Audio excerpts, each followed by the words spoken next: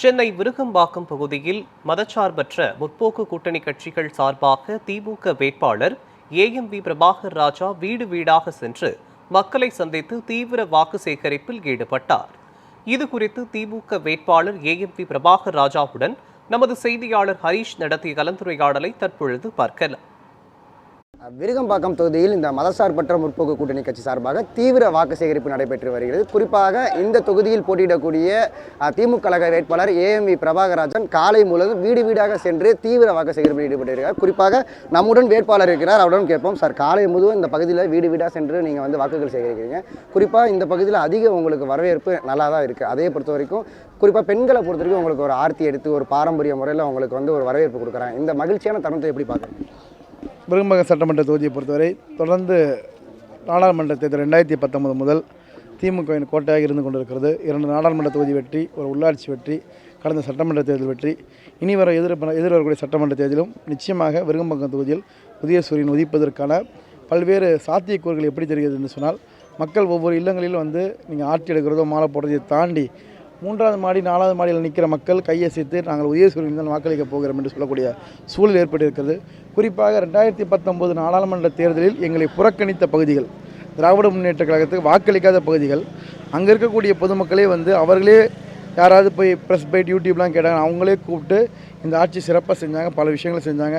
எங்களுக்கு drainage issue solve பண்ணி கொடுத்தாங்க, மழைநீர் வடிகால் சால்வ் பண்ணி கொடுத்தாங்க, பார்க்கில் ஒரு பிரச்சனை உடனே பார்த்தாங்க. அப்படி என்று மக்கள் மிக சிறப்பாக இந்த ஆட்சியை வரவேற்று கொண்டிருக்கிறார்கள். ஆகவே நான் தொடர்ந்து காலை 7 மணி முதல் ஒரு 4 மணிக்கு ஓட்டு கேட்குறோம், சம்டே 2 மணிக்கு கேட்குறோம், மாலை 5 மணி முதல் 10 மணிக்கு ஓட்டு கேட்குறோம். எல்லா இடங்களுக்கும் நடந்தே சென்று தான் மக்களை சந்திக்கிறோம். ஜீப்பில் போகிறதுல நடந்தே சென்று தான் மக்களை சந்திக்கிறோம். ஆகவே மக்கள் சொல்லக்கூடிய ஒரு சில விஷயங்களையும் கோரிக்கைகளையும் கேட்டறிந்து அதையும் உடனடியாக தீர்த்து கொடுத்து கொண்டிருக்கிறோம். மதச்சார்பற்ற முற்போக்கு கூட்டணியை பொறுத்தவரை கொள்கை கூட்டணி. மற்ற கூட்டணிகள்லாம் சந்தர்ப்பவாதமாக எதுக்கு வந்தது, ஏன் வந்ததுன்னு தெரியாது. இன்றைக்கி இருப்பாங்க, நாளைக்கு இருக்க மாட்டாங்க. இந்த கூட்டணி பார்த்திங்கன்னா ஒரு சில தியாகங்களும் பண்ணியிருப்பாங்க. ஒருத்தங்களுக்கு ஒரு 2 சீட் ஷேரிங் அதிகமாக இருக்கும், ஒருத்தருக்கு 2 சீட் ஷேரிங் கம்மியாக வந்திருக்கும்.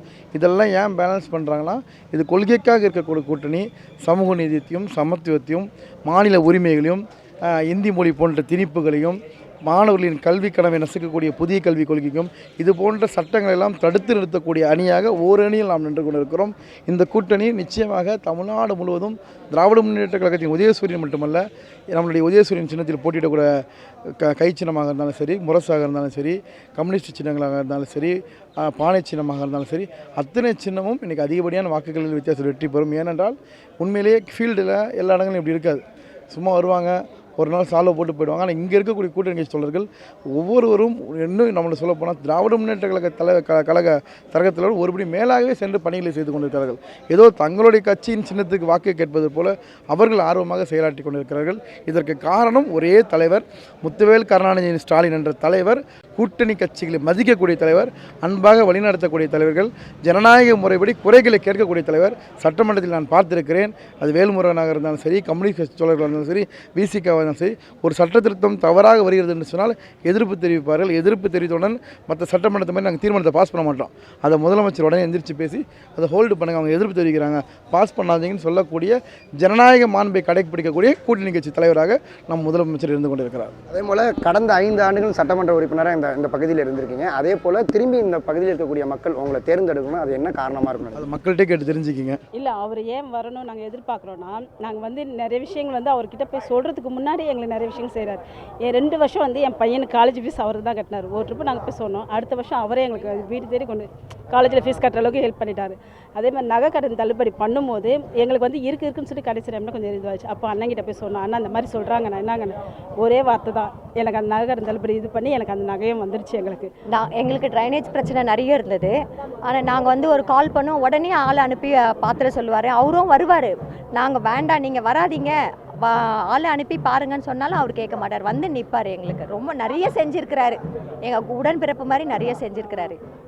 திருப்பியும் மீண்டும் மீண்டும் வரணும், அவர் 25 வருஷத்துக்கும் வரட்டும். அவர் என் பசங்களுக்கு காலேஜ் ஃபீஸ் கட்டிருக்காப்புல, என்னை சார்ந்தவங்க இருக்காங்களே, மகளிர் குழுவில் இருக்கிறவங்களுக்கு அவங்களுக்கு ஏதாவது ஒரு பிரச்சனைனா உடனே ஃபோன் அடித்தா போதும், அடுத்த நிமிஷமே வந்துடுவாப்புல. சுந்தர்ன்னு இருக்காப்புல, தம்பி சுந்தர்ஜே, அவங்களுக்கு தெரியப்படுத்தினா போதும், அடுத்த நிமிஷமே உங்களுக்கு என்ன உதவி தேவையோ அடுத்த நிமிஷம் பண்ணிட்டு போயிடுவாங்க.